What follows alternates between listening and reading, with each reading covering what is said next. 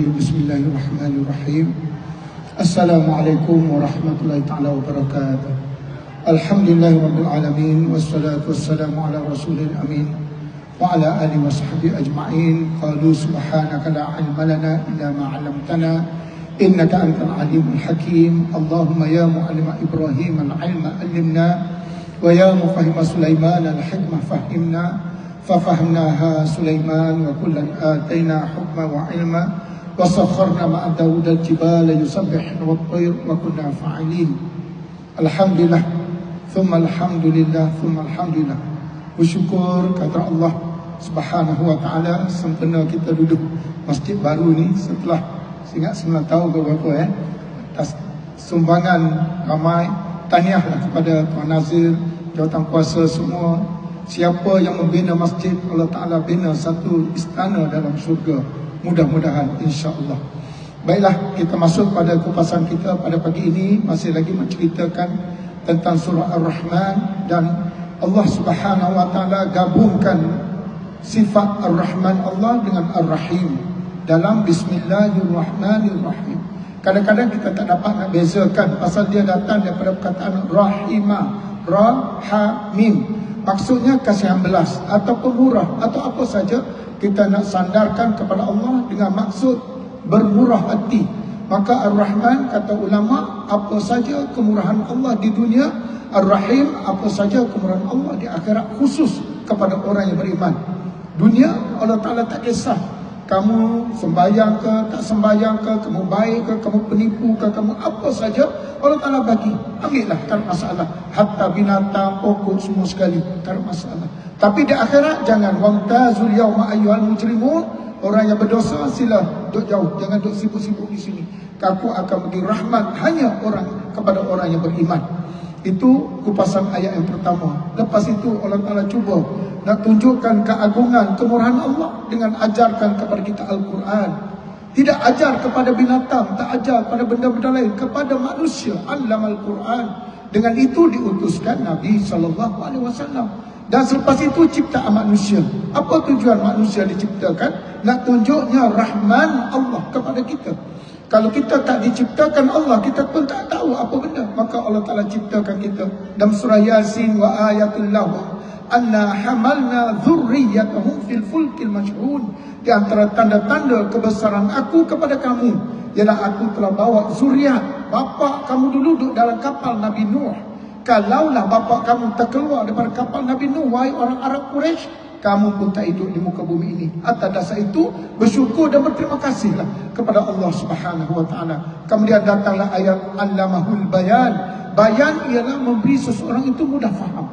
Tengok bagaimana kisah Nabi Musa AS bila Allah Ta'ala arahkan bertemu dengan Fir'aun. Maka berkatalah Musa, Rabbi syrahli. Qala Rabbi syrahli sadri wa yassirli amri wahlul 'uqdatan min lisani yafqahu qawli. Faham apa yang aku cakap. Atas dasar itulah Nabi Musa minta Allah Ta'ala panggil sekali abangnya Nabi Harun. Huwa afsahu minni lisana. Kerana Nabi Harun itu lebih fasih daripada aku. Tapi khusus utamanya yafqahu qawli, mereka faham. Saya bercakap, tuan-tuan faham, tuan-tuan balik cerita pada orang faham.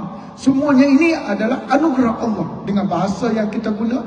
Itu pasal dalam ilmu bahasa Arab ada satu ilmu dipanggil ilmu bayan. Ilmu bayan ialah ilmu balaghah. Dulu ada seorang ulama balaghah bernama Jahir. Dia mengarang kitab Al-Bayan wa Tabyin. Al-Bayan wa Tabyin. Bagaimana kita nak ibanah ceritakan kepada seseorang. Dan yang paling jelas sekali penceritaannya ialah Al-Quran. Al-Quran dia kupas sesuatu itu dengan penuh detail. Kalau dia cerita tentang ciptaan Allah, Allah Ta'ala sebut satu persatu. Dalam surah Ar-Rahman, Allah Ta'ala mula kutip apa ciptaan Allah. Bermula daripada Al-Quran, kemudian penciptaan manusia, lepas tu ciptaan kefahaman kepada manusia. Dan kita dah sebut semalam, Asy-Syamsu wal Qamaru bihusban, bagaimana matahari dan bulan bergerak dengan begitu teliti sekali, tepat pada masanya, sikit pun tak cacat. Dan selepas itu wan najmu wasyajaru yasjudan. Najmu kita dah kata dah bukan bintang, walaupun terjemah ada yang menyebut najmun itu bintang, tapi najmu dalam konteks ini tumbuh-tumbuhan kecil yang melata di bumi. Asyajaru pokok balak yang tinggi. Allah Ta'ala nak cerita kepada kita matahari, bulan pokok kecil, pokok besar, semua yasjudan, sujud kepada aku, kata Allah. Bagaimana kamu wahai manusia? Di situ Allah Ta'ala dah mula usik kita, dah mula usik semua yang ada di dalam ini. Kullun yusabbihu lillah, semua ini bertasbih kepada Allah Subhanahu wa Ta'ala. Allah Ta'ala cerita satu lagi, masuk perenggan yang kedua. Bismillahirrahmanirrahim, ayat 7 hingga 9. وَالسَّمَاءَ رَفَعَهَا وَوَضَعَ الْمِيزَانَ أَلَّا تَطْغَوْا فِي الْمِيزَانِ وَأَقِيمُوا الْوَزْنَ بِالْقِسْطِ وَلَا تُخْسِرُوا الْمِيزَانَ. Sadaqallahul azim. Ada 3 kali perkataan mizan. Mizan ini ialah timbangan. وَالسَّمَاءَ رَفَعَهَا, bagaimana Allah Ta'ala angkat langit. Bighairi amadin tarawnaha, tanpa tiang. Kamu tak nampak dia di mana tiang. Langit 1, langit 2 sampai langit ke-7, tak ada tiang. Bagaimana Allah Ta'ala angkat itu? Semuanya dengan mizan, dengan peraturan begitu cantik. Sama ada perjarakan, tarikan graviti. Orang yang belajar jazabiyah, tarikan graviti. Bila anjak sikit, habis runtuh semua. Jangan usik. Maka itu Allah Ta'ala sebut dalam surah Yasin, kita dah sebut semalam. Kullun fi falaki yasbahun. Semua planet-planet itu berenang-renang di atas laluan masing-masing. Dia tak masuk ke laluan orang. Ini semua menunjukkan rahmannya Allah, maha pemurahnya Allah, mengaturkan perjalanan alam ini. Bagaimana berlakunya siang dan malam, punca daripada matahari dan bulan. Allah Ta'ala, kul ara'aitum, Allah Ta'ala sebut dalam surah Qasas, kul ara'aitum in ja'alallahu alaikumun nahara sarmadan ila yaumil qiyamati man ilahun ghairullah ya'tikum bilailin taskununa fi afala tubsirun. Kamu tengok, kalau aku jadikan siang ini sampai ke akhirat, tidak ada malam, siapa yang boleh datangkan malamnya? Allah Ta'ala balik, kul ara'aitum in ja'alallahu alaikumul laila sarmadan ila yaumil qiyamah man ilahun ghairullah ya'tikum bidhiya afala tubsirun. Afala tasma'un, tidakkah kamu dengar? Kalau tidak ada kalau aku jadikan malam itu sepanjang sampai ke akhirat, siapakah yang boleh datangkan dia cahaya selain daripada aku? Ini semua Allah Ta'ala nak tunjukkan kebesaran Allah. Kita tak ada apa pun, kita tak ada apa pun. Jadi setitik darah pun tak dapat, seurat rambut pun tak boleh. Rambut pun tak boleh, darah pun tak boleh. Tak payah nak, kata tak payah nak action sangat lah, tak payah nak action. Allah Ta'ala jadi segala-galanya. Semuanya itu sujud kepada Allah. Maka kamu di mana wahai manusia? Ini ayat surah Ar-Rahman. Kita kata surah Ar-Rahman, surah memuji Allah. Bagaimana Allah Ta'ala beri rahmat kepada kita semua. Tafsiran ayat 7 hingga 9. Langit yang membawa kita ke atas dan ianya adalah kawasan kosong dan terdapat berjuta-juta bintang yang bertasbih kepada Allah. Semua bintang ini tidak pernah mengalami keadaan kelang kabut, berlanggaran antara satu sama lain. Malah semuanya bergerak mengikut penentuan takdir Allah yang telah ditetapkan ke atas mereka. Matahari termasuk dalam bintang, masuk dalam kumpulan bintang. Bulan dia kecil sikit, matahari besar. Bulan pula kecil, besar, sempurnama. Lepas tu kecil balik. Orang bertanya kenapa? Maka Allah Ta'ala kata, bagi tahu kepada mereka, itulah cerita tentang masa, tarikh, bulan dan sebagainya. Apakah yang menjadikannya semuanya ini bergerak dengan satu gerakan yang tersusun dan terancang, dan pastinya tidak ada kecelaruan dan pelanggaran antara satu sama lain? Allah Ta'ala kalau dia nak tanya kepada kita sesuatu yang berkaitan dengan iman, dia tak bagi ayat cerita. Aku beri kepada kamu makan, aku beri kepada kamu oksigen, tak. Allah Ta'ala bagi dalam bentuk soalan. Tidakkah aku beri kepada kamu oksigen? Tidakkah aku berikan kepada kamu malam dan siang? Tidakkah? Tidakkah itu dia walaupun bentuk ayat tanya, tetapi dia memberikan kesan yang kuat dalam minda kita? Tidakkah? Seorang bapa yang bagi macam-macam dekat anak dia mungkin agak nakal sikit. Tidakkah ayah berikan kamu motor? Tidakkah ayah berikan kamu belanja harian? Ini tidakkah bermakna jawapan dia memang ya. Nampak? Bagaimana uslub di sini pun sama. Fabi ayyi ala'i rabbikuma tukadziban. Kalau demikianlah, mana satu laknat Allah yang kamu tak percaya lagi? Ianya kerana adanya mizan. Mizan 3 kali Allah Ta'ala ulang di sini. Bagaimana Allah Ta'ala atur planet di atas itu dengan mizan. Kerana mizan itu, keseimbangan itu menyebabkan dia berjalan dengan cantik. Badan kita pun sama dengan mizan. Orang yang belajar ilmu biologi, badan kita ada, dia kata berapa kromosom? 46 ke? 46 kromosom. Orang biologi dia tahu. Itu dia kata mirip dengan beruk. Maka dia kata manusia sama dengan beruk kerana kromosomnya hampir sama. Tapi seimbangan, simetri manusia ini keluar daripada perut ibu itu ngam-ngam saja, sama panjang tangan, sama panjang kaki, elok badan. Apa yang ada dekat urat kita, apa yang ada dekat darah kita, apa yang ada dekat badan kita, semua cantik dan semua memberi rangsangan. Kita tengok dalam ayat yang lepas, khalaqal insan, Allah Ta'ala cipta manusia. Keluar daripada perut ibu, tak keluar kaki dulu. Yang keluar kaki itu sonsak. Mesti keluar kepala dulu. Kenapa? Bila keluar kepala saja, hidung, doktor akan cepat-cepat sapu hidung, takut ada lendir kat hidung bayi tadi, supaya dia boleh bernapas. Bila dia bernapas, masuk saja paru-paru, oksigen dalam paru-paru, semua automatik. Hidup semua, tangan bergerak, mulut menangis, mata pun dah, semua akan automatik. Ini siapa yang buat semua ni kalau bukan Allah Subhanahu Wa Taala. Dengan oksigen. Kita tak buat oksigen pun ambil oksigen Allah. Buka mata, tengok matahari terang benderang, matahari Allah. Lepas tu kita mendengar gelombang Allah yang ciptakan segalanya. Bermakna kita tak ada apa-apa. Datang dari Allah kita dikeluarkan untuk berada di muka bumi ini dan diberi pula, iaitu Quran dan bayan tadi. Mizan yang kita kata, ianya satu ketentuan timbangan tiap-tiap yang wujud mengikut satu ketetapan yang unik, sehingga menyebabkan satu kestabilan pada diri atau pada ciptaan itu sendiri. Ada orang belajar ilmu wafak, mungkin ada orang tak berkenan ilmu wafak ni. Dia kata Rasulullah tak pernah wafak. Wafak ni adalah ilmu dalam penubatan Islam, kita tulis atas pinggang putih. Tapi ada orang dia tak setuju. Ada orang beramal dengan tu, tulis ayat Quran, lepas tu bagi anak-anak minum. Dan saya ada buat 2-3 kali.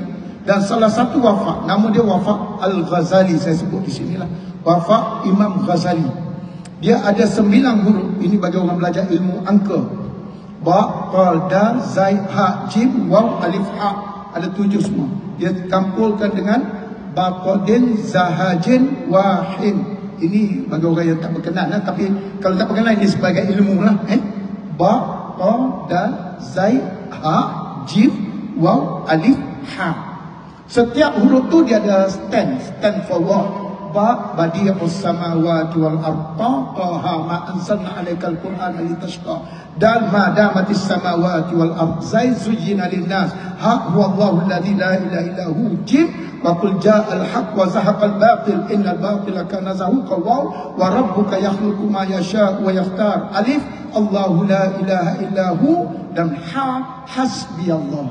Hasbiyallah. Saya banyak guna ini terutamanya untuk merawat sakit kanser. Kerana kanser ni dia datang dalam bentuk badan, sepatutnya sel lama dia pergi, naik sel baru, tetapi sel lama tak nak pergi, sel baru tumbuh. Akhirnya berlakulah ketumbuhan. Sama ada pada payudara atau pada otak dan pada mana-mana. Dia tumbuh di mana-mana, maka kita kata kanser. Ini kanser usus, ini kanser otak, ini kanser paru-paru, ini kanser.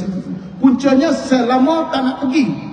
Patutnya dah lama pergilah bagi orang baru. Tak, dia tak nak pergi. Bila tak nak pergi, yang ditolak. Tolak-tolak dia jadi satu ketulan. Duduk dekat otak. Na'udzubillah kalau kena diujikan Allah. Tapi saya guna kaedah tadi. Menggunakan keseimbangan balik agar sistem badan tu seimbang. Baqadin zahajin. Dengan izin Allah. Dengan izin Allah. Yalah kita tak ada apa-apa. Tapi ada orang dia tak nak wafak ni tak nak. Tapi saya bagi satu ilmu lah satu ilmu dalam bab merawat kanser. Merawat kanser. Saya tak lama dalam bidang ni, hampir 30 tahun saya jalan. Tak lama. Tapi bantulah mana-mana. Bukan kita nafi, doktor-doktor tak nafi. Kita sama-sama, doktor pun pergi, ni pun pergi. Tapi sekarang dah tak boleh dah merawat kecuali dapat izin daripada Kementerian Kesihatan. Anda ada lesen dah. Siapa tak ada lesen, bye-bye, kena saman. Terpaksa saya pun pergilah juga cari lesen dia. Itu sampingan lah. Penentuan mizan, kita cerita tadi, mizan yang ada pada diri kita sendiri, keseimbangan. Makanan kita pun sama. Orang belajar ilmu makan, yang ni berapa, yang ni berapa. Lebih sikit kencing manis, lebih sikit darah tinggi, lebih sikit dah masuk apa tadi, apa macam-macam lah yang menjadikan sistem badan kita kolesterol tinggi lah, kencing manis tinggi lah. Itu sih kerana kita tidak ada keseimbangan pada pemakanan. dan sebagainya lah. Tapi sebenarnya badan kita yang lemah. Penentuan mizan ini adalah kerja Allah.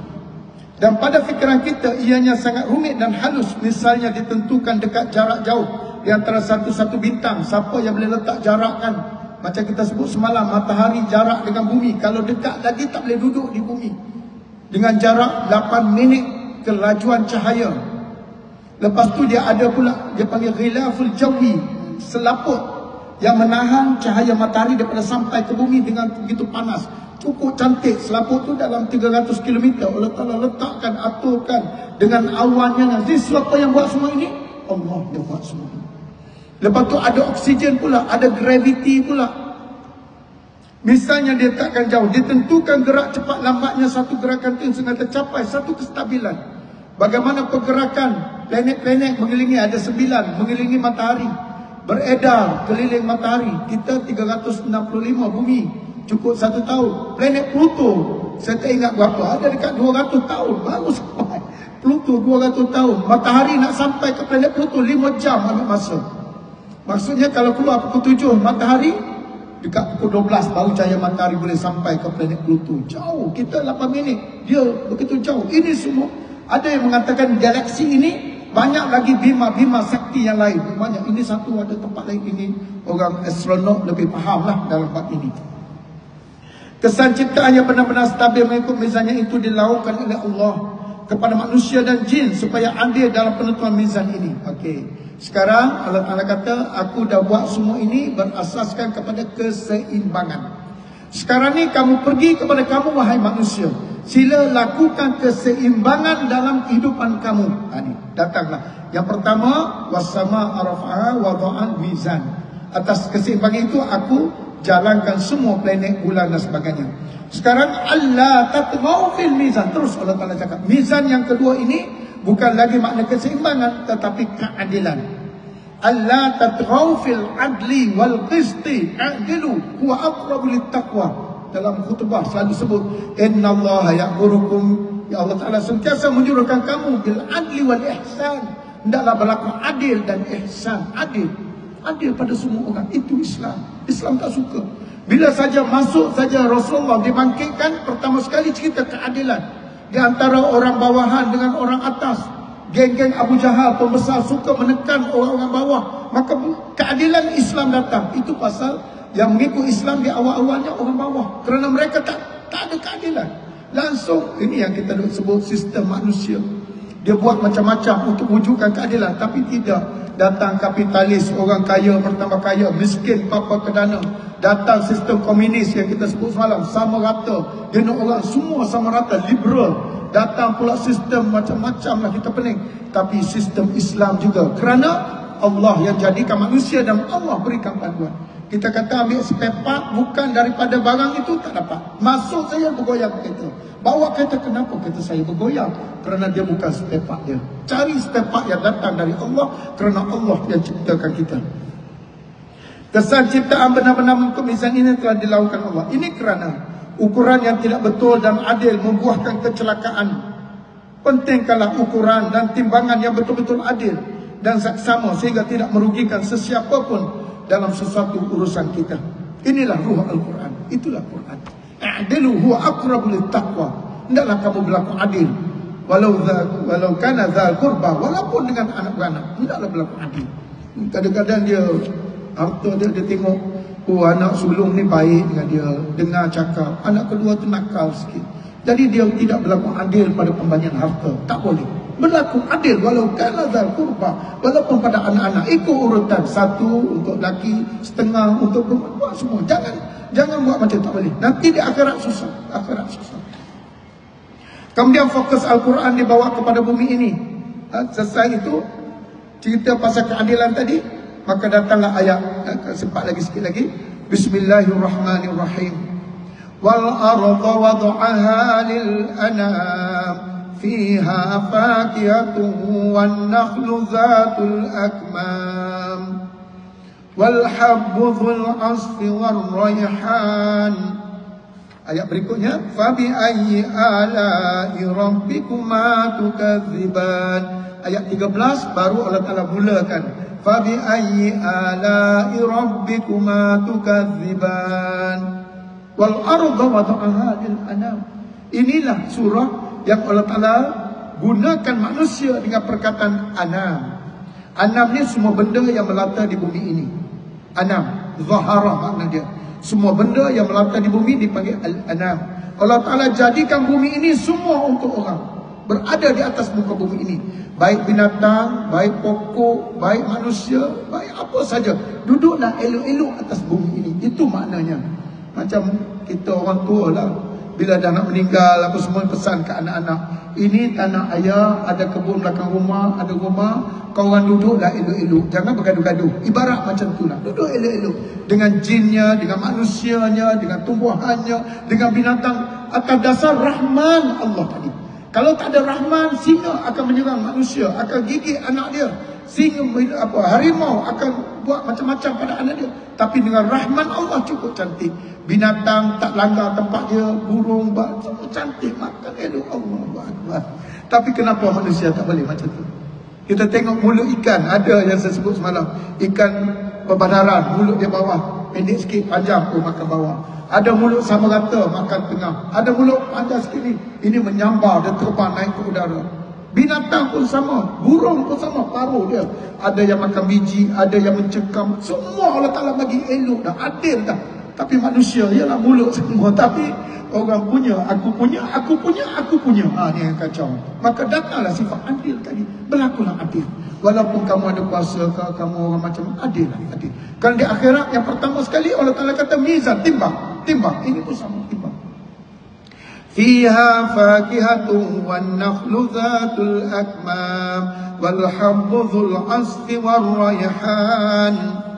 Bumi yang kita duduki ini anugerah Allah kepada manusia. Oleh itu ianya dijadikan rata sesuai untuk diduduki dan dimanfaatkan di atasnya. Inilah sebenarnya nikmat yang terus kita terima dari Allah, yaitu keselesaan di atas bumi ini dan meneruskan zuriat dan penghidupan kita. Bumi yang kita pijak ni, kita tak pernah sedar dia. Cukup cantik dia berkhidmat kepada kita. Dululah dia cerita-cerita sebelum manusia diciptakan. Bila Allah Ta'ala kata, wahai Jibril, pergi ambil tanah dekat bumi. Dia pun ambil. Untuk apa ya Allah? Untuk aku ciptakan manusia. Maka datanglah Jibril berdialog dengan bumi. Assalamualaikum, waalaikumsalam. Apa tujuan Tuhan hamba? Kami datang untuk diarahkan Tuhan mengambil sebahagian kamu untuk jadikan manusia.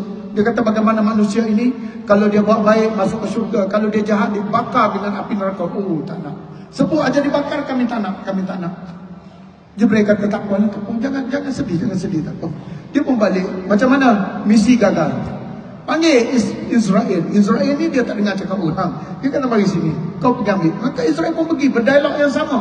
Akhirnya Israel kata, aku nak dengar cakap kamu atau cakap Allah. Habis dia dah ambil, dia bawa. Tapi tak tahulah dialog ni kesahihannya, tak tahulah. Tapi diceritakan macam tu. Maka bila bumi itu diambil sebahagiannya oleh Israel, bumi menangis. Maka akhirnya keluarlah air mata air, menangis bumi di atas. Allah Ta'ala nak cerita ini, tak tahulah betul tidak cerita ni, tapi diceritakan macam tu oleh ulama-ulama yang silam lah, ceritakan macam tu. Jadi akhir itulah ciptaan manusia. Bumi ni terlalu lembut, terlalu baik, terlalu damai, terlalu indah untuk kita. Allah Ta'ala jadikan rahman Allah ke atas bumi tadi. Bumi juga dijadikan tempat pengeluaran sumber makanan kepada manusia. Hidup kita di bawah matahari. Melalui pergerakan matahari dan bulan, lahirlah pokok-pokok yang buahnya menjadi makanan kepada kita. Contohnya ialah pokok kurma. Buahnya terjadi dan seludangnya menempatkan beratus-ratus putik baru yang dijaga oleh pelepahnya. Buah ini menjadi makanan yang enak kepada kita semua. Zatul akmam. Akmam ni yang duduk dalam pelepah lagi. Buah dah keluar, ada lagi duduk dalam pelepah. Apa maknanya itu? Yang ni boleh makan, yang ni ada lagi untuk kamu. Nanti lepas kamu makan ni, akan ada buah baru. Akan ada buah baru. Zatul akmam yang duduk macam tu. Yang duduk dalam tandan dia. Kita dah ada kelapa, lepas tu daripada sini akan keluar benih baru. Akan keluar benih baru. Ini memberikan harapan kepada kita. Oh, akan ada dan ada dan ada. Tengok bagaimana. Cantik, ayat dia pun cantik. Mim di belakang. Anam, akmam. Dan akhir sekali, wal habbu dzul asfi war rayhan. Allah juga menyatakan dia membenarkan wujudnya pokok yang mengeluarkan biji-bijian seperti gandum dan beras. Hab ni habbah. Habbah ni biji-bijian. untuk menjadi makanan asasi kita di bumi. Biji padi menjadi kulit dan hampanya, biji gandum juga menjadi jerami untuk kita di dunia ini. Allahu Akbar. Semua Allah Ta'ala cipta untuk kita. Tak ada sidik pun untuk orang lain. Ambillah, ambillah. Sepercuma, majanan Arab kata, favor, bahasa Perancis kata favor, free of charge. Ambillah, tak ada masalah. Kau rajin, kau dapat. Kau tak rajin, siap kau. Ambillah. Terdapat buah-buahan yang mempunyai bau-bauan yang wangi. Raihan, bauan. Buah tu dia ada bau dia. Durian, ada orang tak suka bau dia, tapi tak makan dia cukup sedap. Ada buah yang bau wangi, macam-macam buah. Buah mangga ke, harum manis kan? Nama dah harum manis pula. Sedap. Terdapat buah-buahan yang mempunyai bau-bauan yang wangi untuk makanan kita, untuk makanan ternakan kita, iaitu jenis pokok bunga yang wangi menjadi hiasan hidup kita. Kalaulah dia tidak ada hiasan, habis kita sepi. Kita pergi tengok bunga warna-warni. Kalau semua bunga warna putih, aduh tak sedap. Ada merah, ada pink, ada ni. Bukankah Allah ciptakan untuk kita semua? Sedap mata memandang. Adakah semua ini sebahagian daripada nikmat Allah? Tanya Allah. Dan ayat penutupnya, Fabi ayyi ala'i rabbikuma tukadziban. Kenapakah kita masih nak mengingkari nikmat Allah Subhanahu wa taala? Jadi kesimpulan daripada ayat 1 sampai 12 yang kita dah kupaskan, saya berikan sedikit kesimpulan di sini. Kita telah dipaparkan dengan nikmat Allah, iaitu nikmat Quran yang diajar kepada kita mengetahui sedalam-dalamnya peranan Allah dan hubungannya dengan kita sebagai pencipta. Nikmat yang kedua, tangan Allah mencipta kita dengan campuran air mani dan rahim perempuan, dan keluar mempunyai pelbagai mempelajari, merancang, memilih yang baik daripada benda yang buruk. Begitu juga nikmatnya wujudnya matahari, bulan, melalui perkiraan yang unik mengherankan kita. Kami memerlukan bumi, memerlukan matahari dan bulan untuk peredaran dari kehidupan dunia. Nikmat kepada kita sebagai ciptaan Allah yang sujud menyembahnya. Rupanya sembahyang itu satu nikmat Allah. Allah Ta'ala berikan kepada kita satu nikmat untuk kita juga sujud kepada Allah Subhanahu wa Ta'ala. Maka datanglah ayat yang ke-13, Fabi ayyi ala'i rabbikuma tukadziban. Ayat ini akan diulang sebanyak 31 kali dalam surah ini. InsyaAllah ada rezeki kita jumpa lagi minggu hadapan pula ya. Aku qouli hadza wa astaghfirullahal azim li wa lakum. Assalamualaikum warahmatullahi taala wabarakatuh.